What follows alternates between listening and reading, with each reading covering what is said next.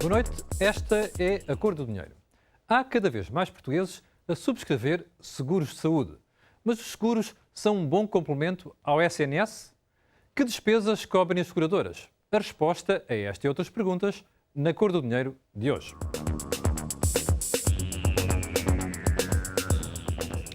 Já pensou em fazer um seguro de saúde? É disso que vamos falar hoje.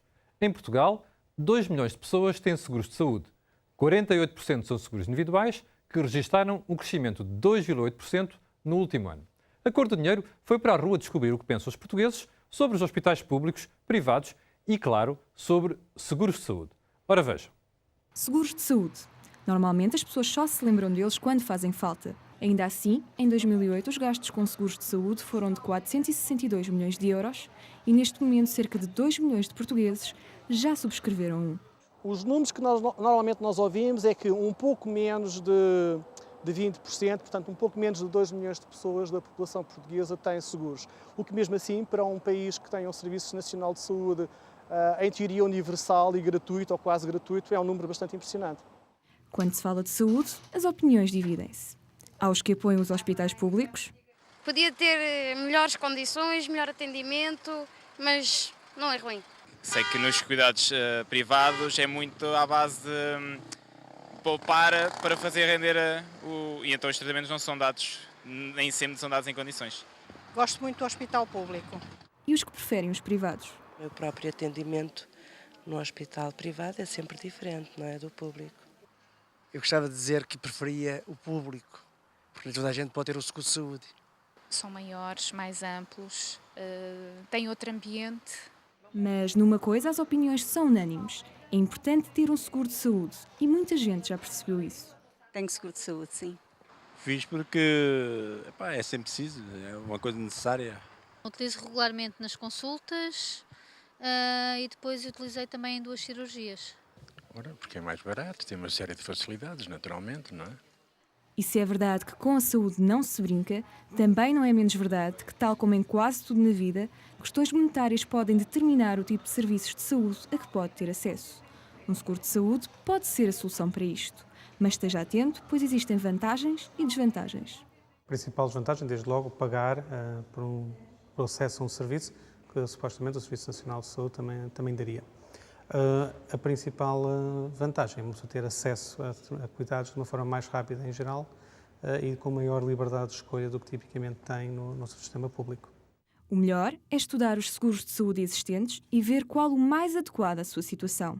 Tenha em atenção o tipo de médicos a que pensa recorrer, a localidade onde reside e o dinheiro que tem disponível. Depois, decida se quer um seguro de reembolso, de assistência ou misto. E tenha muita atenção ao período de carência e às cláusulas de exclusão da apólice que subscrever. Já são muitas as empresas que possibilitam o acesso a seguros de saúde. A vantagem é que as empresas conseguem descontos de quantidade e, por isso, os planos de saúde têm muito mais cobertura do que as que conseguiria comprar individualmente pagando o mesmo valor. O ideal é falar com o seu chefe para saber se pode ter um seguro através da empresa. Por outro lado, se comprar os seguros de saúde do seu bolso, poderá deduzir essas despesas nos impostos e recuperar algum do dinheiro que pagou ao longo do ano.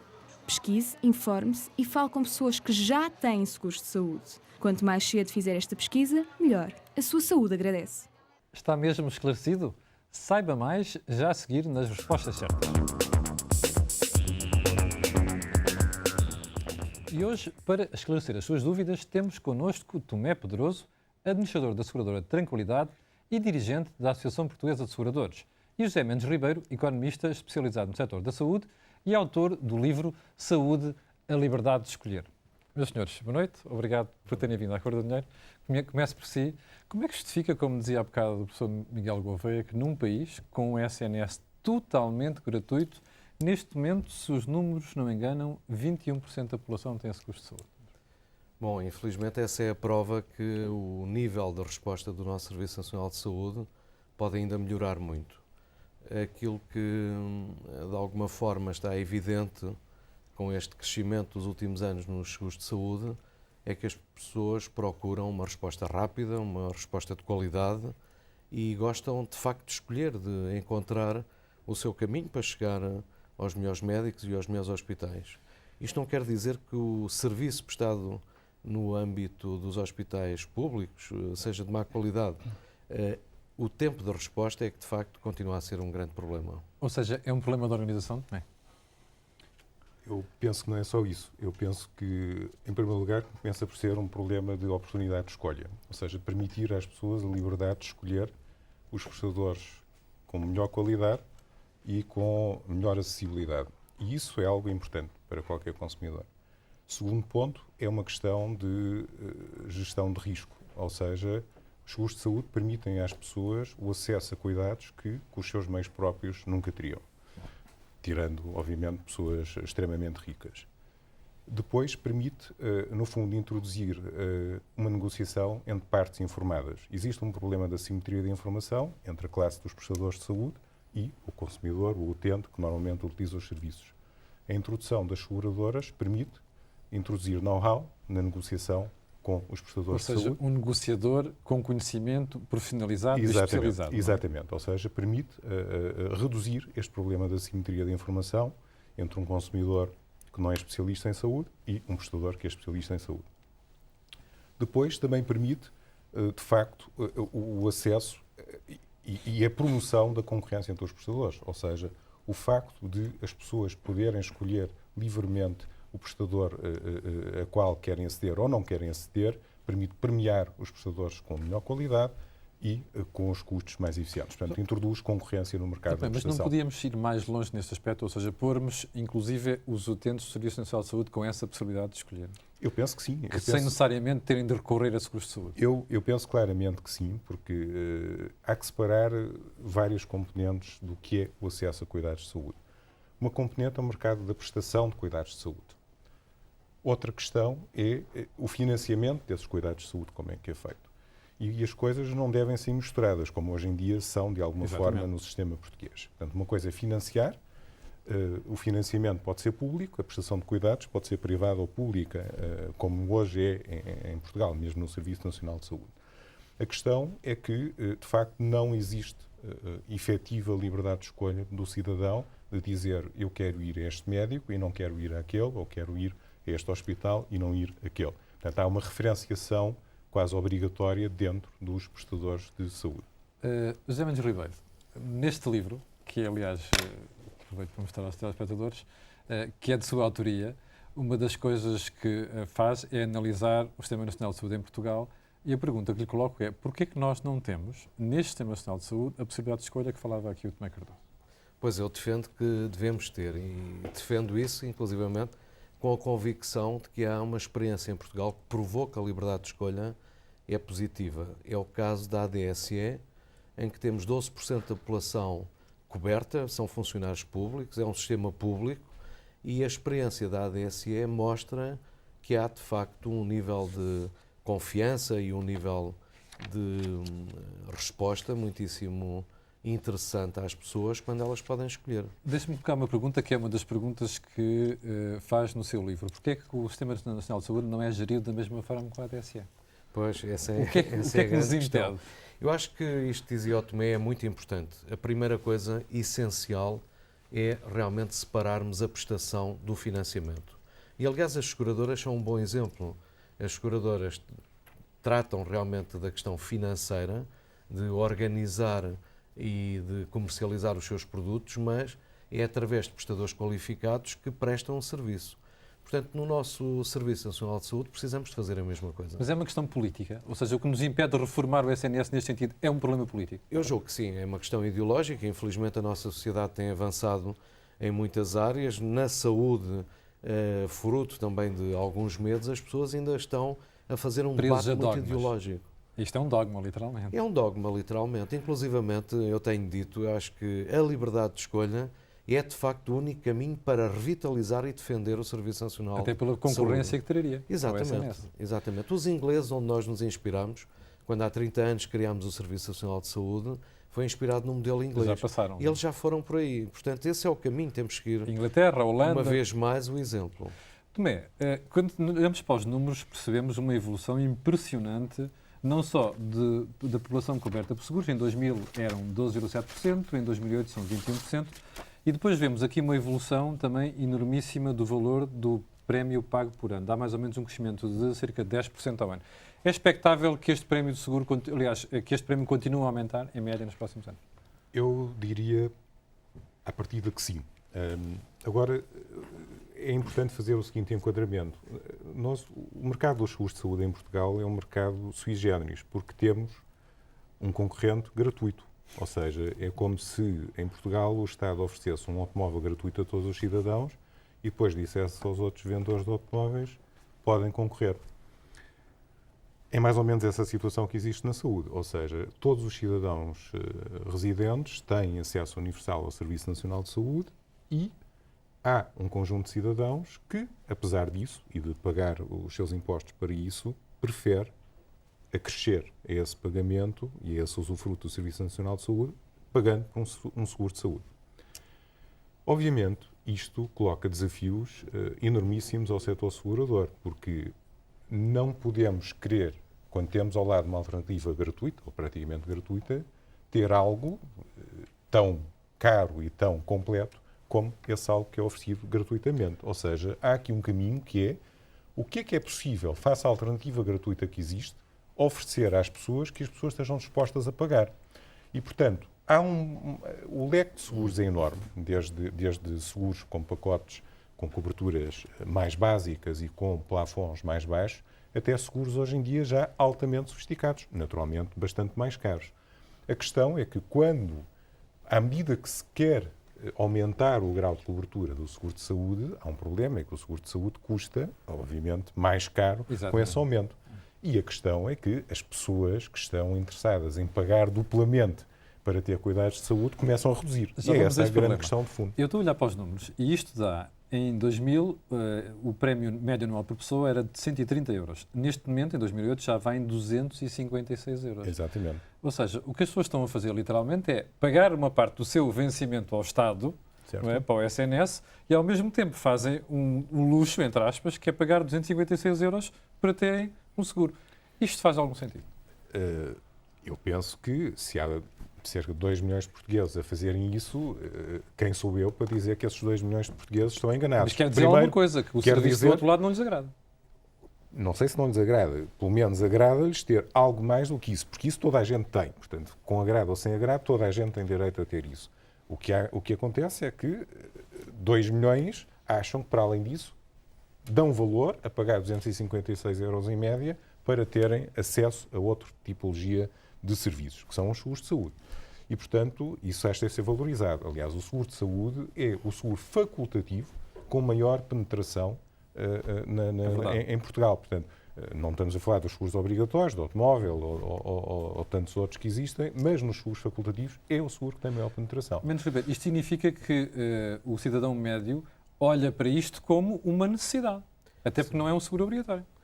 Exatamente, como uma necessidade na medida em que não encontra resposta no Serviço Nacional de Saúde. Mas o que é interessante é que, de alguma forma, com esse nível de pagamento anual, as pessoas encontram uma resposta.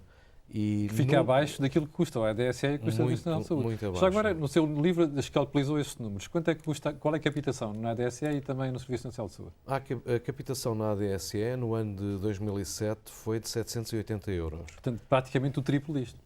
Praticamente. E no Serviço Nacional de Saúde ainda é mais elevado? E no Serviço Nacional de Saúde foi 938 euros, mas, de facto, o custo global da saúde, portanto, somarmos tudo aquilo que é a despesa de saúde, da ADSE, do Serviço Nacional de Saúde, o custo de funcionamento da máquina pública e dividirmos pelo número de portugueses, esse valor está nos 980 euros Isto anuais. sugere o quê? Que existe muita ineficiência no SNS? Não sugere isso, sugere inclusivamente que há um grande desperdício, porque as pessoas fazem seguros de saúde, de facto, porque querem essa liberdade de escolher e porque não encontram no serviço público uma resposta imediata. Outra prova disso é, de facto, a lista de espera que existe para cirurgia, E julgo que neste momento não faz sentido não resolvermos o problema às pessoas, termos quase 200 mil pessoas à espera de uma cirurgia e mais de 500 mil pessoas à espera de uma consulta de especialidade nos hospitais. Bem, isto, se nós olharmos para aquilo que se passa neste momento no Sistema Nacional de Saúde e também a evolução do setor privado, podemos chegar à conclusão que este crescimento da procura de serviços de saúde no setor privado está a colocar pressão para a melhoria no setor público, até pela atração que provoca sobre os profissionais especializados. Eu acho que isso é positivo. Se estiver a colocar melhoria, não sei, eu não sou responsável do serviço público, portanto não sei dizer, talvez alguém possa responder sobre isso. Eu penso que sim, porque claramente a concorrência que existe leva a que as pessoas procurem essas alternativas e o que não faz com que elas procurem mais é o rendimento. Médicos de gabarito que estão neste momento a conhecer os seus ordenados conheceram uma subida muito grande dos seus ordenados do setor público para não irem a correr para os hospitais privados. Isso é o funcionamento do mercado, ou seja, mas é positivo. É a premiação, eu penso que sim, é a premiação das pessoas mais capazes e mais competentes. Deixe-me perguntar-lhe uma coisa diferente, que é, nós olhamos para os anos 90, quando os seguros de saúde surgiram, e eles foram pensados para uma cobertura completamente diferente daquela que temos neste momento. Verdade. Ou seja, aumentou a cobertura. Aumentou. Isto não quer dizer que vai ter que haver uma pressão para a subida ainda maior dos prémios de saúde? Vai claramente por três efeitos fundamentais. Há um efeito que é demográfico, ou seja, que é o envelhecimento das pessoas. E os custos da saúde aumentam exponencialmente com a idade. Se pensarmos numa pessoa de 25, 30 anos e numa pessoa com mais de 65 anos, estamos a falar de fatores na ordem de 10 vezes mais o custo em cuidados de saúde do que, portanto, num cidadão nessa faixa etária. E, portanto, todos nós sabemos, não vamos aqui falar sobre isso, que há um envelhecimento da população e esse envelhecimento provoca um aumento exponencial dos custos com a saúde. E estamos a falar de fatores desta ordem de grandeza, 10 vezes mais. Uma espécie de paradoxo, não é? Uma espécie de paradoxo. Há outro fator que é a inovação tecnológica. A inovação tecnológica na saúde diz que a ciência médica a cada 5 anos duplica o conhecimento. Esse conhecimento não é duplicado de forma gratuita, ou seja, normalmente aumenta os custos e aumenta a esperança de vida. Ou seja, há cada vez mais cuidados de saúde mais caros e melhores que permitem, por um lado, gastar mais na saúde, por outro lado, que as pessoas vivam mais anos. As duas coisas combinadas, naturalmente, provocam um aumento consolidado nos custos na saúde. O terceiro fator é o que é que passa do público para o privado. Ou seja, qual é a transferência, e isso depende do rendimento das pessoas, depende da qualidade do Serviço Nacional de Saúde, do serviço público, e depende, e portanto, é algo que é mais difícil de prever como é que vai evoluir nos próximos anos. O que lhe posso dizer é que, realisticamente, o Serviço Nacional de Saúde, tal como existe hoje em dia, não será possível daqui a vários anos. Não é possível ser igual. Há de ser diferente, não sei dizer como, mas ou há de haver menos gente com cobertura, ou havemos de pagar mais por ele, isso havemos sempre, ou em impostos ou em copagamentos, ou haverá benefícios que são retirados e determinado tipo de coberturas que são retiradas, como já houve noutros países, estomatologia, partes estéticas, as mais variadas, fisioterapias, etc. Portanto, alguma coisa vai ter que mudar, porque não é possível, o peso que teria no PIB é insuportável face ao aumento demográfico, face à inovação tecnológica e face, digamos, ao aumento dos custos que isso provoca com a esperança de vida também. Mendes Ribeiro, muito rapidamente, é possível convencer a classe política a adotar medidas para reformar o SMS? Eu julgo que sim. Com estes simples números. A falta de dinheiro tem muita força. Neste momento, o nosso Serviço Nacional de Saúde e, portanto, a despesa pública em saúde, melhor dizendo, representa 26% do orçamento do Estado. Isso é uma enorme pressão. Não é possível continuar a aumentar isto. Não é possível. Aliás, é matematicamente uma impossibilidade se continuarmos a crescer como crescemos nos gastos em saúde, acima daquilo que é o crescimento da nossa economia. Portanto, se o PIB cresce a um determinado nível e a saúde cresce mais, é matematicamente impossível. Portanto, é incomportável. Meus senhores, muito obrigado por terem vindo à Cor do Dinheiro e pelos esclarecimentos que prestaram. Se ainda tiver dúvidas, pode consultar o nosso blog, acordodinheiro.blogs.sa.pt e, em alternativa, pode e deve enviar um e-mail para acordodinheiro@tmn.pt com as suas perguntas. Nós tentaremos dar resposta a todas as questões. E para nos ajudar a resolver os seus problemas e responder às questões, temos Pedro Santos, administrador da OneBiz. Olá, Pedro. Esta semana tivemos outra vez um grande número de e-mails. Tu escolheste 3, um na área de dividendos, um na área de seguros e outro de casos de aforo. Vamos aos dividendos primeiro. Vamos lá, boa noite, Camilo. Então vou começar por uma pergunta que o Sr. Luís Cavalheiro, de Lisboa, nos coloca. Ele indica que gostaria de saber quais as regras de atribuição dos dividendos e a questão fiscal após a compra das ações. Começar por dizer que os dividendos são decididos nas Assembleias Gerais das Empresas, que decidem se distribuem aos acionistas, uma parte dos resultados, uma parte, ou se mantêm esses lucros em reservas na própria empresa. Mas para isso basta apenas ter detentor das ações. Exatamente, não é? Exatamente. Portanto, respondeste já uma parte da pergunta dele. Outra questão fiscal, existe uma retenção na fonte de 20% de taxa liberatória de IRS, sendo a opção de quem recebe os dividendos... Okay, vamos explicar às pessoas o que é que significa taxa liberatória. Quer dizer, a pessoa paga aquela taxa de imposto e fica liberta.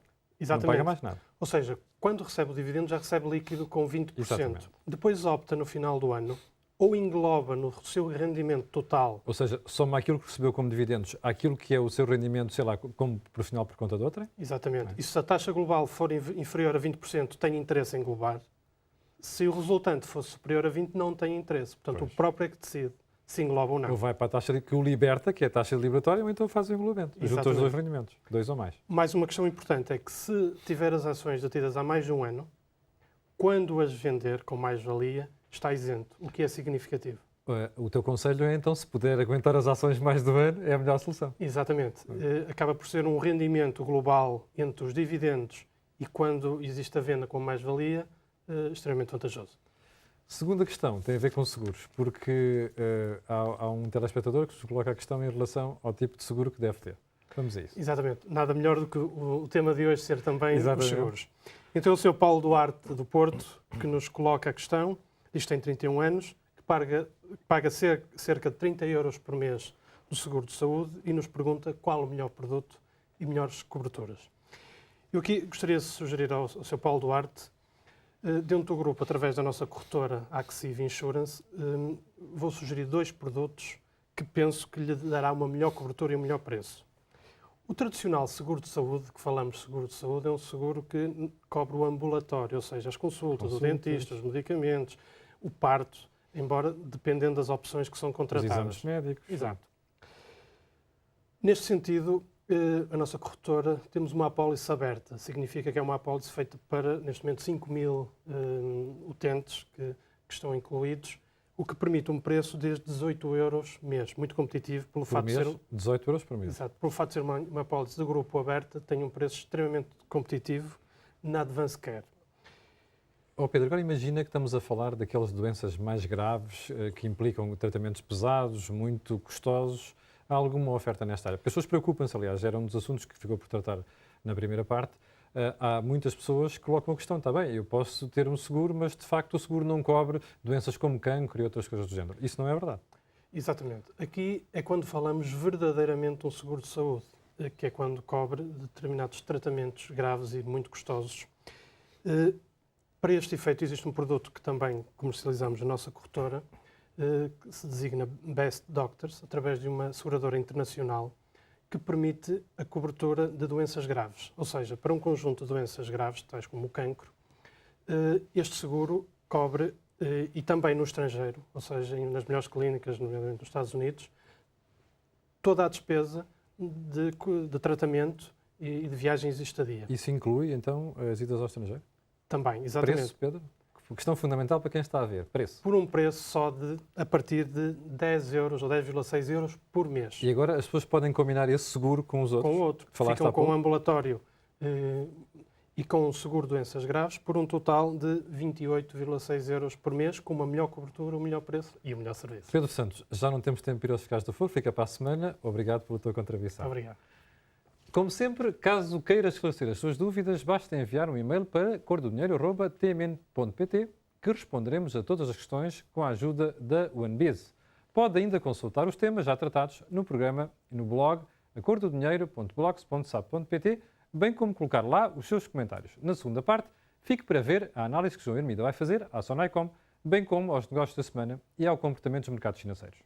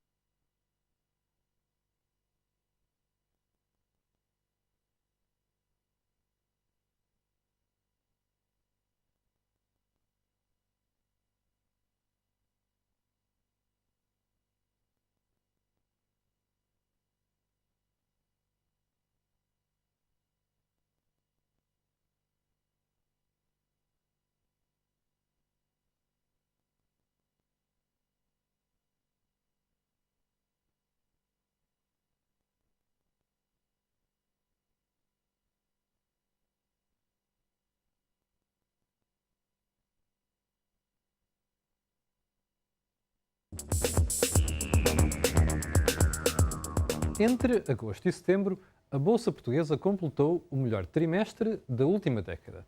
O PSI 20 avançou quase 20% e os restantes mercados europeus tiveram um desempenho semelhante. A Sonaicom, que desde 2007 viu descer o valor das suas ações, parece estar a recuperar.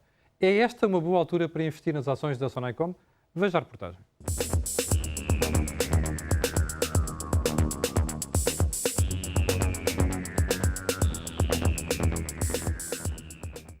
Em 2006, a tentativa falhada de comprar a PT. Agora, o interesse na fusão com a Zone, a antiga PT Multimédia. Paulo Azevedo, presidente executivo da Sonai, acredita que a operação vai acabar por se concretizar, apesar de alguns receios de interferência política. Analisando os números, é caso para dizer, depois da tempestade, a bonança. Após 2 anos seguidos de resultados negativos, a Sonaicom regressa aos lucros. No primeiro semestre deste ano, registrou um resultado líquido de 1,6 milhões de euros. Sem dúvida, uma difícil luta no combate aos 12 milhões negativos verificados em 2008. Telecomunicações, média e software e sistemas de informação são as 3 áreas que formam o universo Sonaicom, que apresentou um aumento do EBITDA para quase 92 milhões de euros, ou seja, uma subida de 33%. Nada discreto é o EBITDA do público, quase 2 milhões de euros negativos, prova que o jornal continua a pesar nas contas da Sonaicom. Numa altura em que as principais empresas cotadas em bolsa aumentaram o seu nível de endividamento, a Sonaicom reduziu a sua dívida, uma diminuição de quase 13%. Apesar deste alívio, continua a ser um valor alarmante, cerca de 320 milhões de euros. Esta redução da dívida resulta da anunciada política de prudência nos investimentos. A Sonaicom pode ter sido pioneira no serviço de fibra óptica residencial. Contudo, a cobertura geográfica da fibra óptica em Portugal já é liderada pela Zone. Na bolsa, o trajeto da Sonaicom também não tem sido fácil. O valor das suas ações sofreu uma queda significativa desde o início de 2007. Contudo, a saúde do PSI 20 está a revelar fortes sinais de recuperação e o percurso da Sonaicom parece estar a acompanhar este impulso. E como habitual, para analisar os mercados e falar sobre a empresa da semana, aqui está o João Hermida. João, antes de irmos à Sonaicom, deixa-me só perguntar-te uma coisa. Achas que o resultado das eleições vai ter qualquer impacto na economia e no mercado de capitais? Boa pergunta. Eu acho que o resultado das eleições, eu não sou nada analista político, portanto fazes-me perguntas difíceis. Esta foi de surpresa. Esta foi de surpresa, autenticamente, mas como todas as tuas perguntas são de surpresa. Repara, eu acho sinceramente que não. Eu acho que... Eu disse aqui uma vez que eu acho que até à entrada, até há um ano, o governo do José Sócrates, eu acho que estava a fazer um trabalho que estava com uma grande base de confiança, portanto, em termos económicos. Depois veio a crise e as coisas são difíceis, depois e as coisas são diferentes, e depois são as eleições, e portanto acho que o último ano, como é óbvio, não foi propriamente um ano muito fácil. Repara, o país tem grande capacidade de melhorar, porque algumas das coisas que estavam a ser feitas, claramente, já estão feitas, não é? Portanto, a alteração em si, eu acho que nenhum dos outros partidos quer provocar instabilidades políticas e, portanto, eu acho que o cenário é positivo, quer dizer, o cenário é bom. Vamos lá, Sonaicom, então. Tu tens dito, da última vez que falaste da empresa, disseste que a questão base era saber o que é que ia acontecer, se ia haver casamento ou não com a Zone Multimédia. Sim. Recentemente, Belmiro de Azevedo fez acusações sérias a dizer que havia envolvimento político nesta questão. Tu achas que as eleições vêm desanuviar o ambiente? Ou seja, é mais fácil agora haver uma fusão entre a Zone e a Sonaicom? Vamos lá ver. Eu acho que o problema ali é encontrar um denominador comum entre a Sonaicom e a Zone e as pessoas, como eu já disse aqui uma vez, não andarem tão preocupados quem é que vai ocupar os lugares. Eu acho que é muito mais é tentarem as duas empresas chegarem a um consenso para onde é que querem ir. Se tu estiveres a falar que o que querem é ocupar o espaço onde está a PT, se calhar não é o melhor, não é? Portanto, o Governo pode ter alguma dificuldade em destruir valor na PT só porque se cria um grande conglomerado e andam dois a disputar o mesmo espaço, não é? Agora, se tu tiveres um projeto entre a Sonaicom e a Zone, que seja um projeto de internacionalização para mercados aonde até agora ninguém está, e provocares, no fundo, que a Sonaicom é, conjuntamente com a Zone, um competidor em mercados onde a PT externamente não está, então tu tens aí um verdadeiro achado, não é? Eu não sei se eles já conseguiram sentar à mesa para discutir o que é que seria o plano estratégico da empresa. Eu acho que até agora vamos nos casar, mas com que plano, não é? Eu acho que até agora que outra coisa. Parece-me, pelo menos, não estou envolvido, mas parece-me um telespectador que nos escreveu a perguntar se achava que era boa ideia comprar ações da Sonaicom e da Zone, porque diz ele, mais tarde ou mais cedo, se houver uma fusão ou se houver uma OPA, aquilo vai necessariamente subir. Necessariamente os preços a que estão, tanto uma como outra, verdadeiramente não refletem o valor em termos de uma OPA ou em termos de uma fusão, não é? Supostamente não refletem. Talvez a Zone muito menos do que a Sonaicom. Sim. Pronto, para dar uma ideia. Mas há aqui algum risco, apesar de tudo, não é? É que não se realizasse uma operação. Repara, sempre existe. Agora, eu acho que o risco neste momento, quanto mais tempo passa, o risco é menor, não é? Porque a Sonaicom precisa verdadeiramente de ter um parceiro e esse parceiro, naturalmente, é a Zone. A Zone, sozinha, a competir com a TV Cabo, parece-me... Eu sei que este não é o lugar... Com a TV Cabo, não, com o Mel, parece-me verdadeiramente Esta não é a secção do aconselhamento, mas houve outro telespectador que perguntou assim, então, mas faz sentido o Estado estar a comercializar estes casos de aforro agora em outubro com uma taxa de remuneração de 0,71%. Tu não achas que o Estado devia alterar a fórmula de cálculo da remuneração dos casos de aforro? Eu acho que deveria haver obrigações para os particulares a 2 anos. 2, 3 anos. Que não existe neste momento. Que não existe. E, portanto, no fundo, o que é que o Estado faz? O Estado está a captar no mercado dos 2, 3 anos e para a frente, no mercado internacional. E está a captar no mercado de curto prazo em termos dos certificados de aforro. Repara, se calhar para os investidores que querem investir em papel do Estado, é indiferente estarem a fazer certificados de aforro ou estarem a comprar obrigações. É tudo uma questão de remuneração. Porque tu agora reparas, estão a fazer uma série de depósitos bancários a 3 e a 4 anos, e porque é que o Estado não está a fazer isso? Portanto, dá uma ideia de que o Estado está muito orientado para a taxinha, não é? O que para os aforradores realmente olham para isso e dizem, se eles querem acreditar no papel do Estado, não podem estar a sofrer tanta penalização. Tu realmente não podes mudar, se estás a fazer aplicações a 13, a 6 meses e a 12, as taxas a que o Estado se remunera, porque isso, senão seria competir com o setor bancário, não é? Quase, com os depósitos a prazo, e portanto isso não faz sentido, mas então o Estado deveria ter instrumentos, como têm os alemães. Para compensar. Os alemães compram dívida pública há 10 anos e a 5, portanto é uma cultura diferente, mas João, rapidamente, esta semana o FMI vem dizer que a recuperação vai começar mais cedo, não só em Portugal, inclusive no resto da Europa. Estás otimista ou continuas preocupado com aquela questão do desemprego? Eu continuo preocupado com a questão do desemprego. Eu sinceramente acho que eu sinto nas conversas que tenho com muitos clientes hoje em dia, e alguns deles bastante empresários em Portugal, por razões que deves entender, e repara, sinto que no Norte, por exemplo, as empresas que têm, empresários que têm negócios no estrangeiro, realmente estão bastante otimistas. Eu acho que as empresas que têm muito negócio concentrado em Portugal ainda estão muito pessimistas.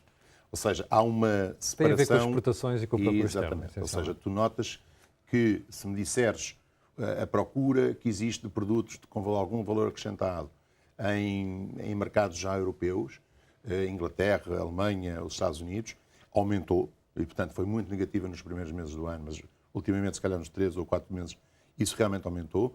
Agora, dá-lhes esperança para o que vem, não é eles dizerem hoje que já estamos a sair totalmente da crise e que os preços já se refletem nisso, não é? Isso não é completamente diferente. João, obrigado e voltamos a ver-nos aqui na próxima semana. Certíssimo.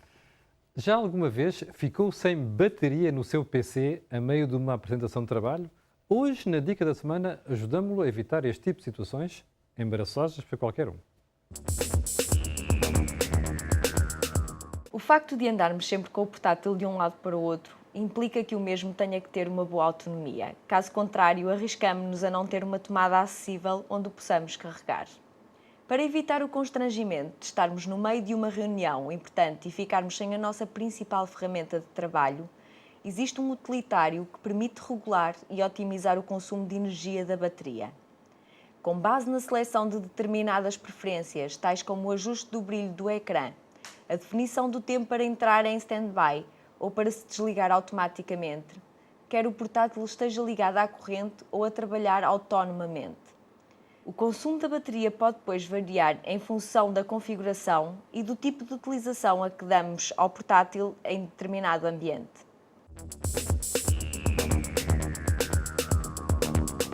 E agora vamos conhecer o nosso investidor privado desta semana, João Picoito, responsável da Nokia Siemens Networks para a Europa do Sul. João, obrigado por teres vindo à Cor do Dinheiro. Então explica lá onde é que pões o dinheiro. O teu, João Picoito, não da Nokia Siemens. Antes de mais, muito obrigado pelo convite. É com prazer que estou cá.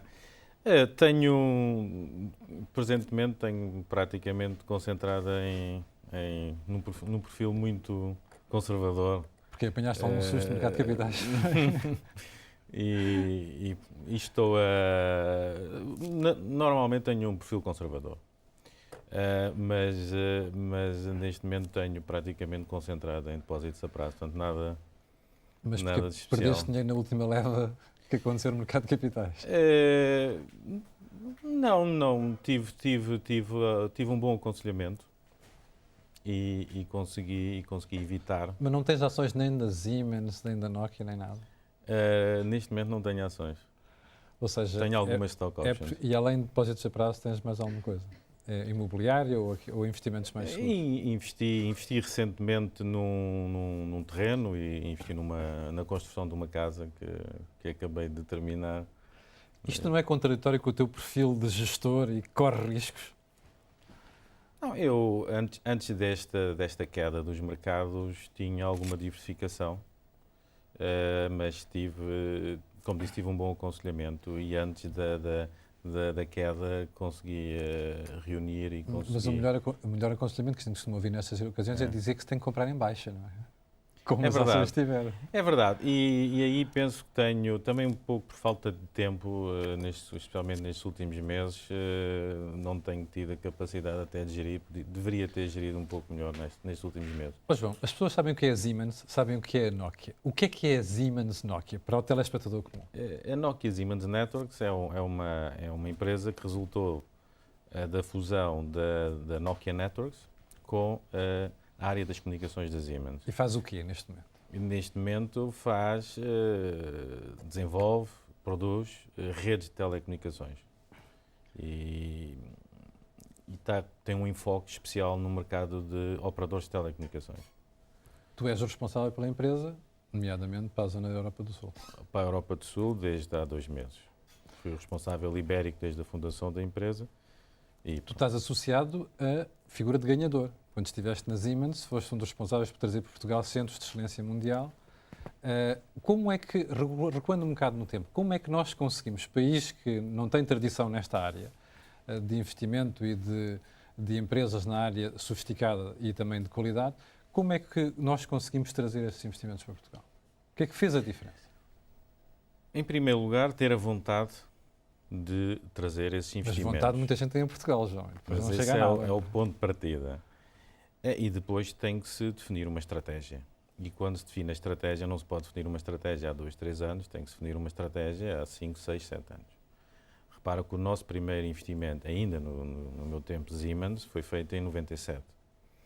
E temos conseguido, de uma forma quase bianual, trazer investimentos para Portugal, porque temos essa estratégia de longo prazo e temos também uma implementação consequente da estratégia, apesar de nós termos tido alguma variação e alguma adaptação da estratégia, mas acho que é importante definir os objetivos e depois ter disciplina para os implementar. Mas na fase mais recente eu percebo, porque como vocês estavam a entregar, no sentido americano do termo deliver, eu percebo que a Siemens voltou a confiar e foi confiando nos projetos seguintes em vocês. Agora, a questão base é, quando nós vamos ao estrangeiro e falamos com qualquer analista, a imagem que nos dão é país atrasado, de baixa incorporação tecnológica. Ora, no início, quando vocês lançaram os primeiros projetos, o que é que fez a diferença para convencer a Siemens a pôr cá os investimentos em Portugal? O que fez a diferença foi... Bem, isto também está um pouco ligado com a minha experiência profissional na Siemens. Eu comecei a trabalhar na Alemanha, em Munique. Trabalhei há alguns anos, no princípio da minha carreira, em Munique, na área das telecomunicações, e consegui estabelecer alguma rede de contactos. Quando regressei a Portugal, comecei a propor a criação de um pequeno centro de Research and Development em Portugal. Consegui provar que tínhamos boas universidades, que tínhamos universidades com capacidade de resposta, com espírito de abertura para cooperar connosco e, portanto, criámos um projeto que foi proposto, foi aceito, com pouco risco até para a Casa-Mãe na altura. Correu bem. O primeiro projeto era um pequeno núcleo em comunicações ópticas, Research and Development, ou investigações e desenvolvimento, com 7 pessoas, com 7 engenheiros. E, portanto, foi um risco relativamente limitado para a Casa-Mãe, quando tomou a decisão. E esse núcleo foi crescendo ao longo do tempo pelas provas dadas.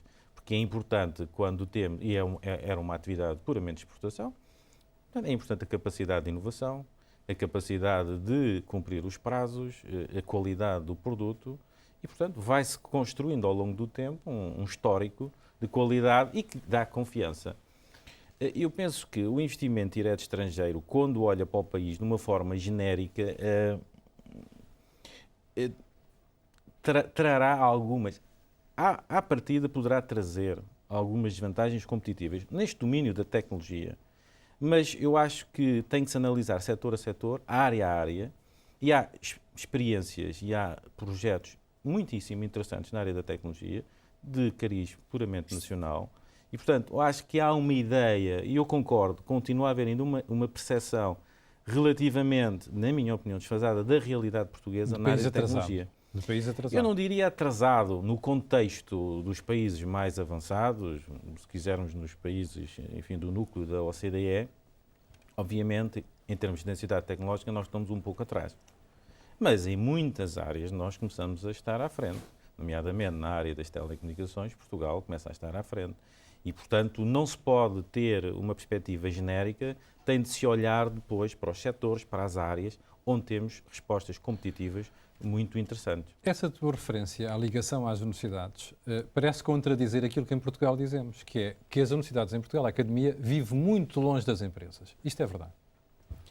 Há universidades que têm uma perspectiva ainda muito para dentro. Agora, há excelentes exemplos de universidades que têm uma abertura total ao mundo empresarial, às novas áreas que vão surgindo no conhecimento. Vamos chamar nomes. Aveiro, Minho... Por exemplo, são 2 excelentes exemplos.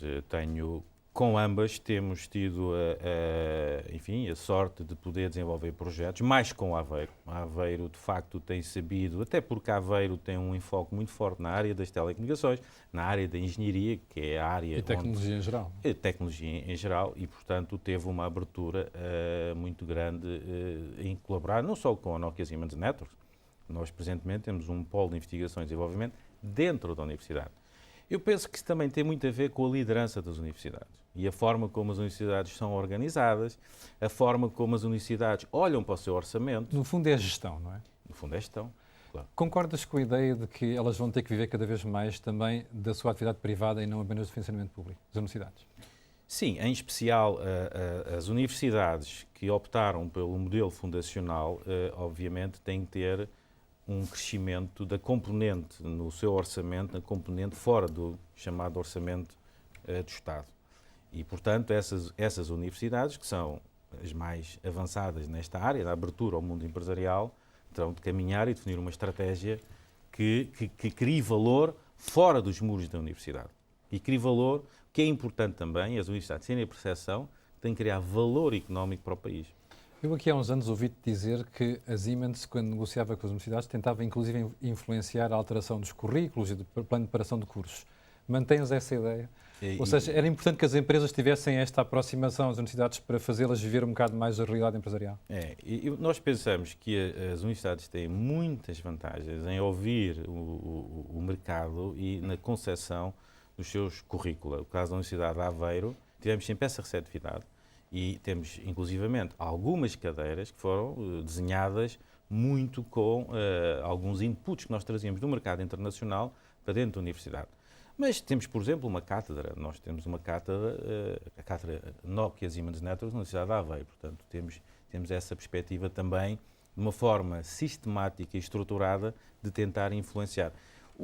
As universidades prestam um serviço ao país, que é um serviço muito importante. Algumas esquecem-se disso. Infelizmente. Mas felizmente também temos um número muito grande e crescente de universidades que têm já uma perspectiva de uma prestação de serviço ao país. É um serviço muito importante, porque é nas universidades que se cria o conhecimento. E, portanto, mas não chega a criar o conhecimento. Ele tem que ser criado, e aplicado. Tem de ser disseminado, e essa disseminação tem que criar valor. Tu há bocado citaste os teus 8 anos em Munique e a experiência internacional. O que é que tu sentes quando um investidor, quando um estrangeiro quer vir para Portugal, qual é a primeira preocupação dele? Ou, se quiseres, qual é a maior queixa? Bom, eu estou em crer que o principal aspecto é que, quando se faz o investimento, que se crie ou que se encontre um quadro estável no país, em que haja uma previsibilidade dos vários indicadores e que também, do ponto de vista burocrático, seja facilitado. E estas 3 áreas... são críticas. Eu penso que são críticas. Eu penso também que nelas o país tem dado passos muito positivos. Eu não tenho uma postura de dizer mal de tudo. Nós temos coisas más, é verdade, mas também temos coisas muito boas. Na área da desburocratização fez-se alguma coisa de útil nos últimos anos? Eu penso que sim. Camilo, eu ainda mantenho um escritório em Lisboa e recebi recentemente um livro sobre o Simplex e, portanto, todas as medidas que foram feitas nos últimos tempos, em termos de simplificação, e de facto há coisas feitas e coisas muito bem feitas. E, portanto, nós vamos trazer brevemente aqui a doutora Maria Manela Tomás, que ainda é Secretária de Estado, que tem feito um grande trabalho neste setor. Excelente, e está claro, e portanto pode-se ver. Portanto, temos ainda algumas coisas que temos que melhorar, mas também fizemos muitas coisas boas. E, portanto, acho que devemos ter orgulho naquilo que fizemos bem. João Picoito, muito obrigado por teres vindo à Cor do Dinheiro. Muito obrigado. Já sabe, envie as suas dúvidas para o nosso e-mail cordodinheiro@tmn.pt, que nós responderemos a todas as questões com a ajuda da equipa da OneBiz. Pode também consultar o blog do programa em acordodinheiro.blogs.sap.pt, onde irá consultar os temas abordados e colocar os seus comentários. Não se esqueça a resposta às suas questões, como sempre, na Cor do Dinheiro, aqui na EN.